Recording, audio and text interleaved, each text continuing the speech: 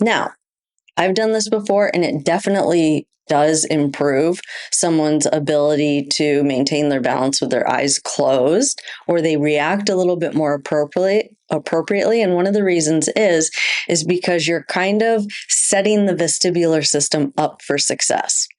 So if someone doesn't have the ability to maintain their head in midline, then the information that the vestibular system is giving to the brain might be a little bit skewed or faulty.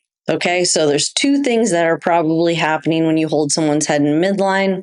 One is that it's also influencing some of those other sensory inputs, meaning that if you're holding someone's head in midline, probably that proprioceptive input that's coming in might be a little bit more accurate as well.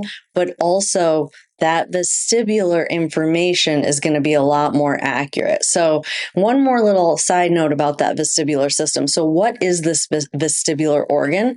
The vestibular organ is made up of little canals that are all positioned on different axes. Okay. And each of those canals, they're like little tubules that are round like this, and they all sit on a little bit of a different axis. They have little beads inside of them.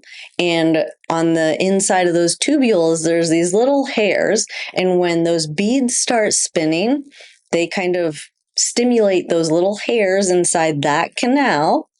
And that canal picks up on that and sends that information back to the brain that there's something being stimulated in this canal on this particular angle. So that means that our head or our head position is probably moving in a certain direction. Okay, so it's all dependent on which way you tip your head.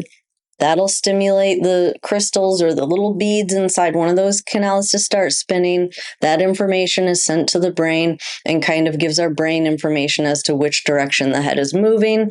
Very, very important in this entire balance system as one component that can help us to react appropriately when we're off balance.